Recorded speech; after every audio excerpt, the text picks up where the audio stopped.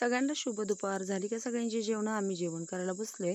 आज ना आम्ही रानातच जेवण करायला बसलोय. तर आम्ही जे मुळे लावलेत, तर ते मुळे ना एवढे मोठे झालेत. काढून घेतलेत आम्ही छान असं जेवताना तोंडी लावायला. तर सगळे इकडे बसले बघा. ताई, दादा आणि ही ना वेगळीच कोणतीतरी भाजी आणली आत्यानी. मिक्स भाजी आहे ती, जी लसूण आणि छान अशी शेंगदाण्याचं कूट घालून बनवतात. तर टोमॅटोची चटणी, गवार, वांग्याची भाजी, दोडक्याची भाजी, शेपूची भाजी, अशा खूप छान अशा सगळ्यांच्या भाज्या आहेत. आणि मस्त असं आम्ही बसलो टॅमॅटोमध्येच हे करायला, जेवण करायला. आम्ही खुरपत होतो टॅमॅटो आणि ते दादा हे तार ओढायचं काम चालू आहे. तर खूप छान अशी ह्या टॅमॅटोला फुलं लागलेली आहेत आणि छोटे छोटे टॅमॅटो पण लागलेले आहेत. तर हे बघा असं गोल करून आम्ही बसलो इकडे जेवायला. मी सगळं घरी जाऊन इकडे घेऊन आले. येताना त्यांना लोणचं वगैरे घेऊन आले सगळ्याला द्यायला. तर हे बघा इकडे मुळा बघा.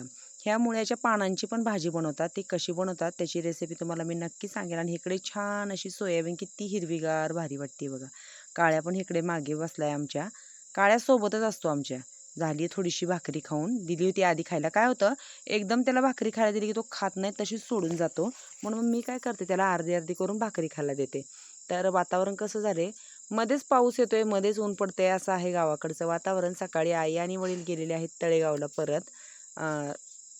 सकाळी सकाळी ते म्हणजे लवकर नाही गेले, 10:30 पर्यंत गेलेले आहेत. तर असं आहे आमचं रानातलं आजचं छान जेवण. तर तुम्ही पण या सगळ्यांनी जेवण करायला. आणि जेवण कसं वाटलं हे मला नक्की तुम्ही कमेंटमध्ये सांगा.